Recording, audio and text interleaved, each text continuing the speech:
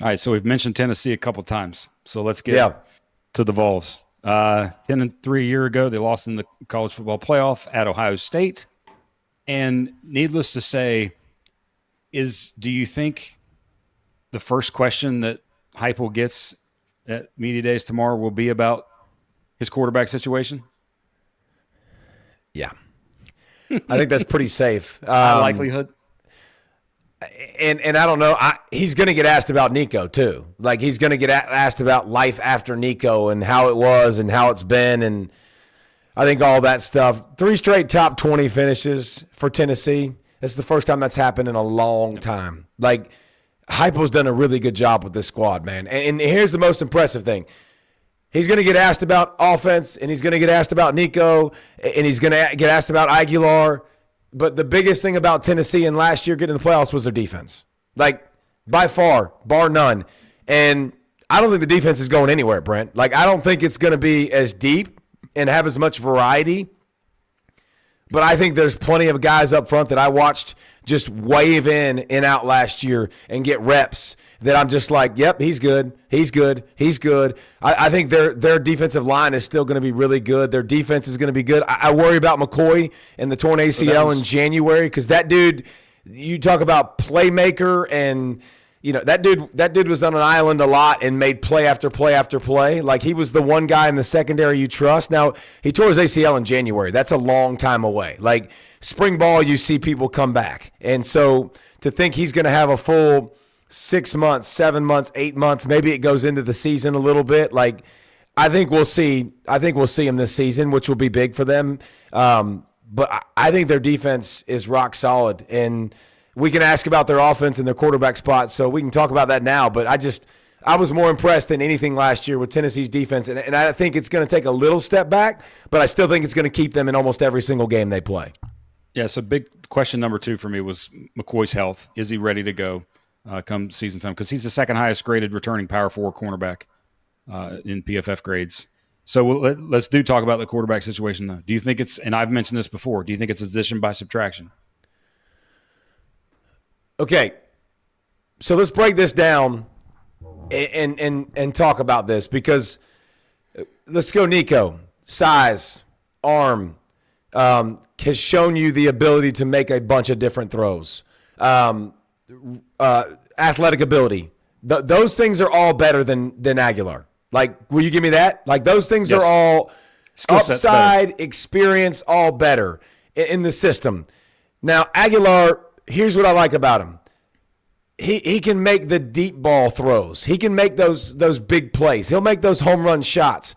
I feel like Nico's missed a lot of those. I feel like Josh Heupel's system, that's what they do. They make you defend space, and when you hit those balls, you can make big plays and hit home runs. And I think if he can do that and make those plays, he's going to take the intermediate game.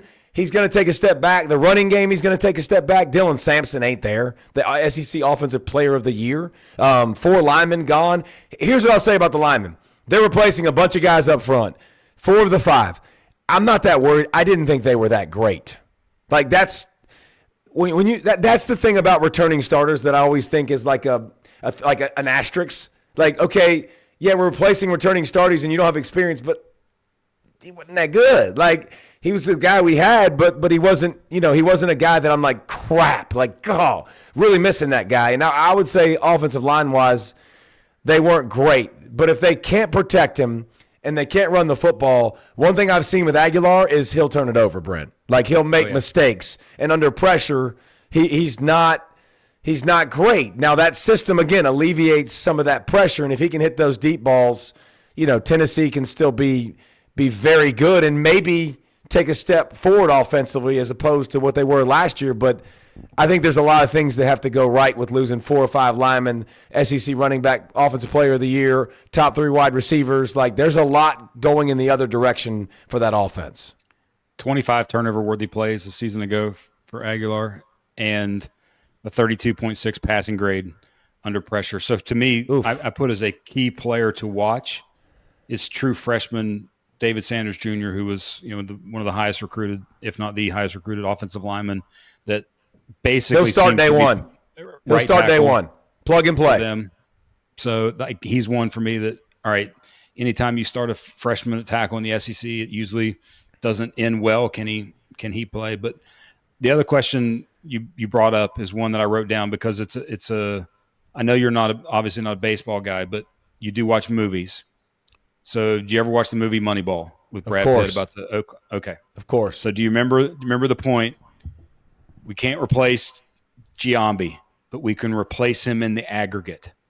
We can get the yards and the carries and things like that. So you're not going to replace the singular Dylan Sampson, how good he was, but maybe with the system and then the players that they have with Bishop and Lewis, and then the transfer from Duke, Star Thomas, you replace him in the aggregate to get your offense where you need to be. So maybe can they do it? We'll see. Maybe. Well, but I think who steps up at wide receiver? I wrote down these names: Matthews, Staley, Smith or Jackson, the freshman, and then Amari Jefferson, the Alabama transfer. Like, because another thing too, you're replacing Squirrel White, you're replacing McCoy. Like, they weren't great last year either. Like, they dropped a lot of balls, and especially missed those home run balls. I think that this offense, again, can it be big play, Brent? Because I think their D will keep them in games. So.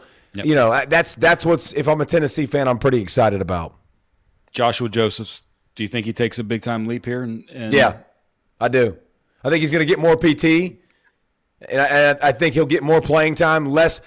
They'll probably less revolving door, right? But he's a guy that, you see the flashes. You see flashes of greatness. He's got some goods. What about the schedule too? Because I think the schedule is a big part of them playing early in the season. In the opener. Huh? Syracuse in the opener in Atlanta. Which is tough. Syracuse is not a Division I AA team that you're going to steamroll. They'll be ready to give you a fight, which is good. East Tennessee State, obviously that's is what it is. But then you go UGA, then you go UAB. So, by the way, all of those games at home. And then you go at Missouri. Then you play Arkansas. Like, that's not a world beater schedule. Like, actually, the thing I wrote down, at Mississippi State, by the way, it's at Mississippi State. Yes, so at Mississippi State is a road game. At Florida, which will be difficult. At Kentucky, like, if you're going to tell me the most manageable schedule in the SEC, it's Tennessee football. It's Tennessee football. Like, I like when I'm playing my toughest games or most of my toughest games when they're at home. I think this is a good schedule for them. For me, that reason, this is an 8 or 9 win team for me, because I think they're going to be close to what they were, but not defensively. And then offensively, there's so much that I don't know about. So with the easiest schedule, man, like, I'm going 9. I'm going 9 wins for Tennessee. How about you? I wrote 8 and 4. I wrote feels like 8 and 4, 7 and 5, depending upon what you get from the QB. So we'll see. You've each have taken a step back, by the way. Both Georgia, Tennessee, you took a game back, which I think to be expected.